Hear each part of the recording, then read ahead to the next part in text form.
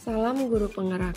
Saya Maria Dewanti Widodo, calon guru penggerak angkatan 9 dari SDN Pademangan Timur 06, Provinsi DKI Jakarta, akan memaparkan kesimpulan dan refleksi pemikiran Ki Hajar Dewantara pada modul 11, koneksi antar materi. Pengajaran dan pendidikan tidaklah sama. Pengajaran adalah bagian dari pendidikan. Menurut Ki Hajar Dewantara, pengajaran adalah proses pendidikan dalam memberi ilmu untuk kecakapan hidup anak secara lahir dan batin. Sedangkan pendidikan pada hakikatnya adalah menuntun atau memberi tuntunan terhadap segala kekuatan kodrat yang dimiliki anak agar ia mencapai keselamatan dan kebahagiaan yang setinggi-tingginya, baik sebagai manusia maupun sebagai anggota masyarakat. Pendidikan menciptakan ruang bagi murid untuk bertumbuh secara utuh agar mampu memuliakan dirinya dan orang lain serta menjadi mandiri. Sebelum mempelajari modul 11 tentang pemikiran Ki Hajar Dewantara, pembelajaran yang saya lakukan hanya sebatas mentransfer materi pelajaran saja.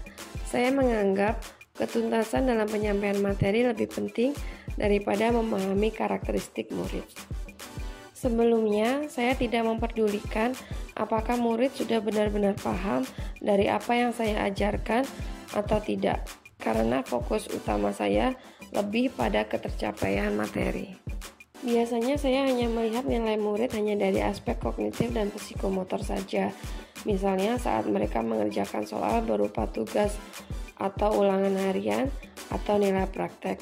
Jika nilai murid sudah mencapai KKM, dinyatakan bahwa pembelajaran sudah berhasil. Selain itu, saya pun beranggapan bahwa murid hanya sebagai objek pembelajaran, sehingga pembelajaran terpusat pada guru atau menggunakan metode teacher center. Namun setelah saya mempelajari modul 11 tentang pemikiran Ki Hajar Dewantara, saya menyadari bahwa apa yang saya pikirkan dan saya lakukan selama ini tidak tepat.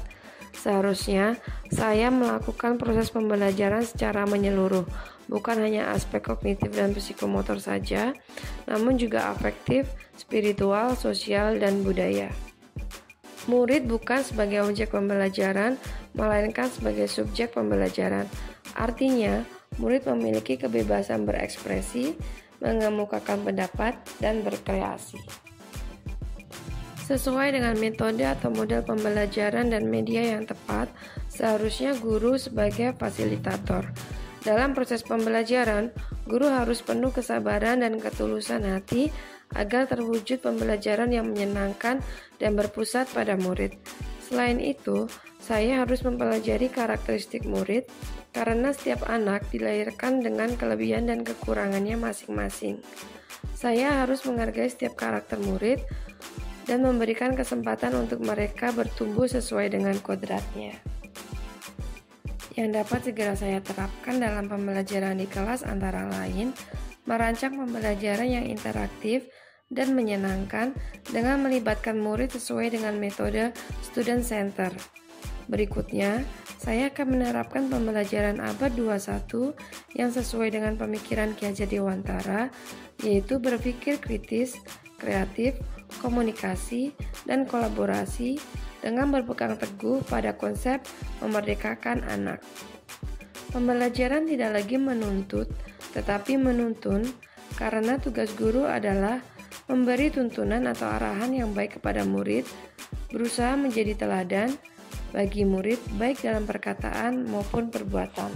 Selanjutnya, saya harus mengenali karakter murid dan latar belakang murid dengan menjalin komunikasi yang baik. Semoga video ini bisa menginspirasi bagi Bapak Ibu pejuang pendidikan. Terima kasih. Salam Guru Penggerak.